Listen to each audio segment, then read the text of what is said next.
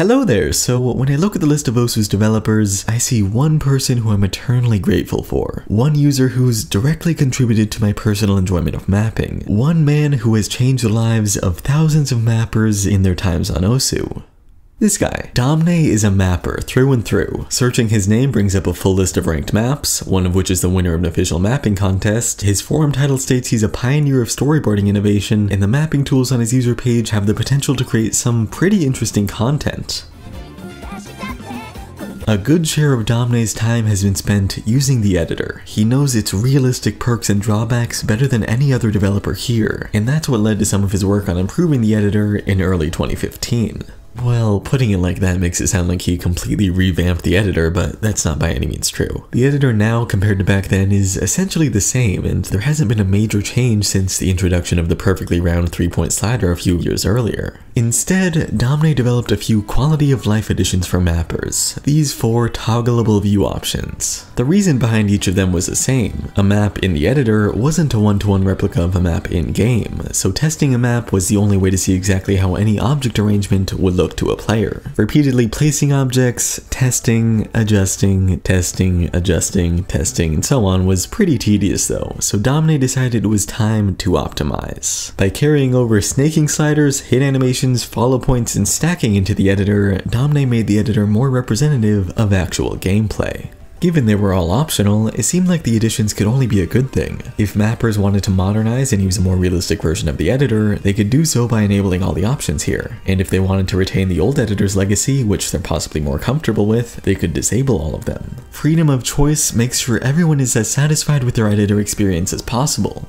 However, I don't think personal satisfaction is great in this case. Sure, for an experienced mapper who knows the exact effects of each option, how they're toggled isn't a problem. On the other hand though, for a mapper less experienced or unaware of their exact impact, problems can easily arise by enabling or disabling specific options here. So let's go through each addition individually to see how much of a difference they make and whether they're better set on or off. First on the list is something you should be familiar with already, snaking sliders. That's a fancy term for sliders which extend from their heads to form a shape rather than fade into existence. They've been a toggle for gameplay long before appearing here in the editor, and I think most people can agree that they don't do much. Regardless of preference, every player could easily play with or without snaking sliders, and their abilities wouldn't be noticeably affected. The expansion animations go by so quickly that, during continuous gameplay, they have next to no impact on playability. The editor isn't continuous though. Every time I want to place objects or rearrange existing ones, I pause the map, stopping continuity. That means if snaking sliders are enabled, those animations could be stopped mid-expansion, leaving a misrepresentative view of a slider body. Visually organizing objects and designing patterns requires a clear view of any objects on screen, and snaking sliders distort that view. I know what you're thinking. Yes, this is easily avoidable. I could skip forward in the timeline until any unfinished slider animation is done, then adjust my object placement. But is it really worth the hassle? At approach rate 9, every slider has an animation like this lasting around 200 milliseconds, so a good portion of the times I pause, I would need to move forward a bit in the timeline to account for it. Depending on rhythm density, giving full visibility to one slider could reveal partial visibility for another slider too. Really, why even think about it? If enabling snaking sliders adds about a 200 millisecond delay before a slider expands, I'd rather live with ordinary sliders lacking animations instead. Admittedly though, snaking sliders aren't that big of a deal when chronologically placing objects in a map. The delay happens on the appearance of an object, which means it doesn't affect mapping unless there's an object further along in the timeline. What does affect chronologically placing objects, however, is the next view option, hit animations. Nearly every player I talk to finds these white after images left by each object in the editor to be annoying. They clutter the screen, making maps hard to read. Players usually prefer when objects disappear after they've been clicked, just like they do in game. And that's exactly what hit animations are for. With hit animations enabled, the clutter is gone because after images no longer exist. Each object instead has this little zoom and fade effect, as you'd see during gameplay. Sounds nice, but just like snaking sliders, hit animations can cause problems while mapping as well, only to a much worse extent. For example, let's say I'm mapping consecutive jumps, and I want to avoid messy overlaps. As long as I don't place objects too close to any other ones on screen, I'll be good, right? That's what it looks like, but reality is nothing like that. If I scroll back in the timeline, I can see my object placements aren't neat at all because there's so few circles concurrently visible with hit animations enabled. These after images aren't here to confuse mappers, they're a necessary reference of objects previously on screen to account for the editor's discontinuity. Each after image is visible for around 750 milliseconds after an object is clicked, which is more than enough time to account for the fading in of a new object at the usual approach rate of 600 milliseconds. By arranging objects with these after images in mind, no two objects will overlap in gameplay. When launching Osu for the first time, hit animations are disabled by default, because it's undeniable that enabling them makes neatly mapping near impossible. Or it's just a coincidence, who can really say? Sounds a lot like replicating gameplay in the editor only has downsides, but that's only true when discontinuity affects object placements. Follow points are an aspect of gameplay I'm glad has been added to the editor. These are skinning elements which draw a path between every object in a combo, the design of which changes depending on what skin is used. I personally use follow points to more accurately estimate object placements. Like, I've got a straight slider here and I want the next object to be directly in line with it. Placing that circle up here looks okay, but enabling follow points shows that the line isn't very precise, so I'd move the object accordingly. It's really minor, but this and other similar reasons are why I have follow points visible in the editor. I've rarely used them for the occasional gimmick in a map, and I know other mappers use follow points in more complex ways, but really, even one pro towards them is good enough for me. There's no downside to using follow points while mapping, so I prefer to keep them enabled. These first three options were added to the editor simultaneously on February 18th, 2015, and for the most part, mappers of the time kept them disabled. The first two options were harmful towards clean mapping, and the third didn't really affect much, so that was by no means a bad choice. Aversion to change might have played a role here too, as it always does when anything new is introduced, but in this case, avoiding change was probably for the better.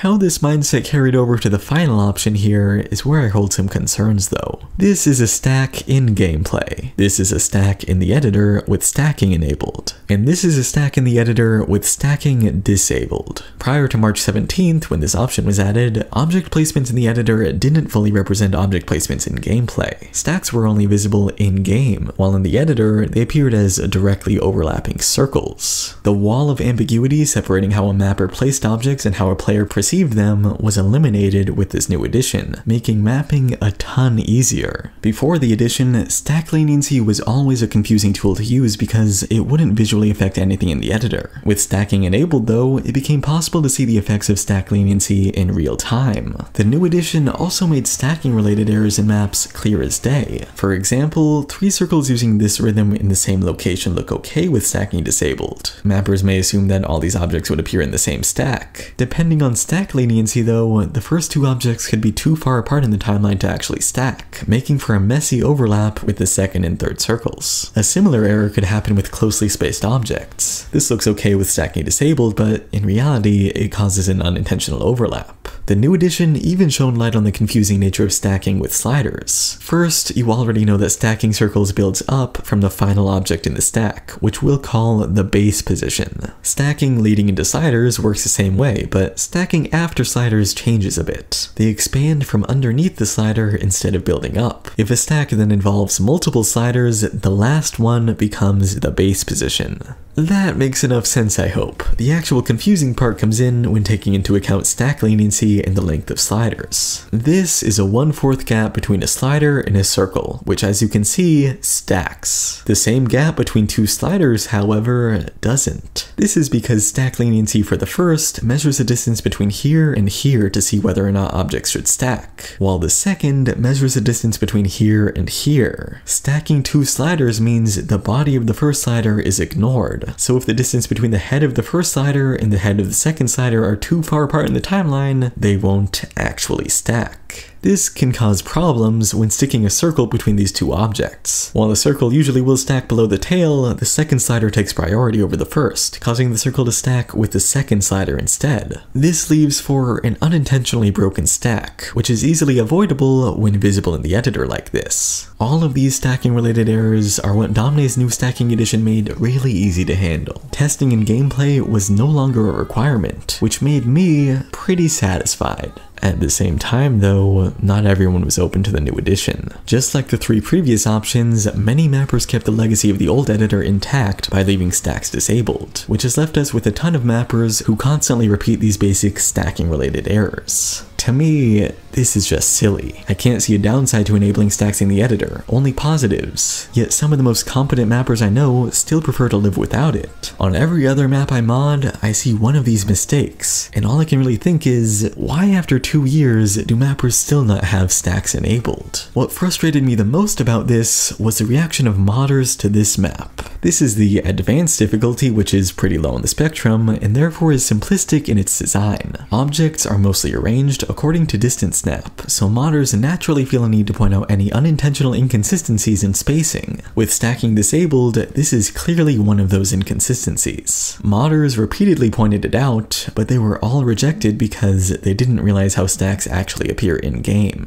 There are 7 sliders consecutively stacked here, the last of which being the base position, meaning the first slider here shifts upwards and to the left in actual gameplay. The mapper clearly understood the impact of stacks, but modders encouraged incorrect knowledge brought about by 2 years of ignorant view option choices. After spotting similar incidents all across OSU, both of people making stacking mistakes and falsely pointing out correct usage of stacks, I decided to do something about it. I created a map whose purpose was to show people how bad of an idea it was to disable stacks. In gameplay, this map looks pretty okay, right? Yes, there are a lot of stacks and maybe it's hard to read, but that doesn't detract from it being an okay map. By looking in the editor with stacks disabled though, that changes entirely. Some objects seem to be stacked manually, while others seem to be perfectly stacked as expected. In the following section, spacing emphasis is completely messed up. These red circles represent strong sound, so being so close to other objects makes for no emphasis through movement. Then, at this point, I really hope anyone looking at the map realizes their mistake. Because there are 46 objects in the same stack, visual offset from the final base slider allows these objects to appear off-screen with stacks disabled, while being perfectly on-screen with stacks enabled. This map should be a wake-up call to anyone still averse to stack changes after so long. In more ways than one, disabling stacks on this map looks like nonsense, which I'm sure anyone can realize on their own. Mappers and modders making the same minor mistakes need to realize that stacking in the editor does make a difference, and that's exactly why I made this map.